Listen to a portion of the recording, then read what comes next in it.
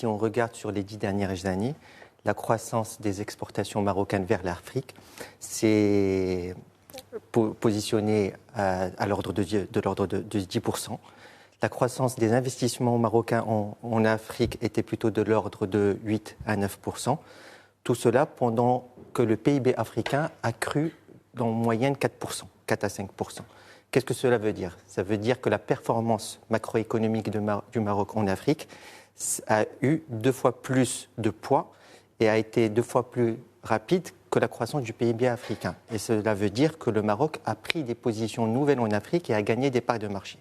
Et toute cette dynamique, si le Maroc aujourd'hui est par exemple le premier investisseur en Côte d'Ivoire, s'il est le deuxième acteur continental dans une région comme l'Afrique de l'Ouest, s'il a des positions aussi fortes dans de nombreux pays africains et globalement sur le continent africain, c'est que cette démarche a suivi un passage très structuré et très précis.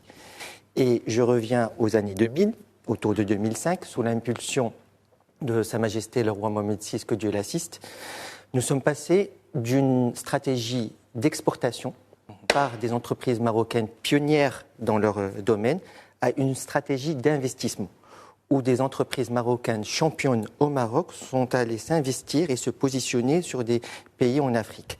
Les premiers secteurs qui ont connu cette dynamique étaient le secteur bancaire, le secteur des assurances, le secteur des télécoms, le secteur du transport et du digital. Ensuite, à partir de 2010, de nouveaux secteurs sont venus s'arrimer à cette dynamique et ont rejoint cette tendance, qui sont principalement les secteurs de l'immobilier et le secteur de l'industrie. Et à partir de 2016, sous l'impulsion des visites royales, le Maroc a entrepris une diversification à 2 niveaux, à la fois au niveau sectoriel et au niveau géographique.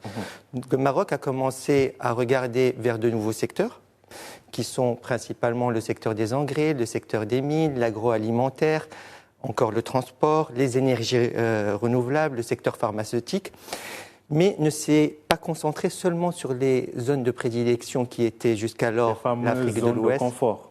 Exactement, l'Afrique de l'Ouest et l'Afrique centrale, mais c'est également ouvert à de nouvelles zones, l'Afrique australe, l'Afrique de l'Est, avec des positions qui sont devenues de plus en plus fortes et avec des projets extrêmement importants et structurants pour l'intégration continentale et pour la dynamique de croissance durable.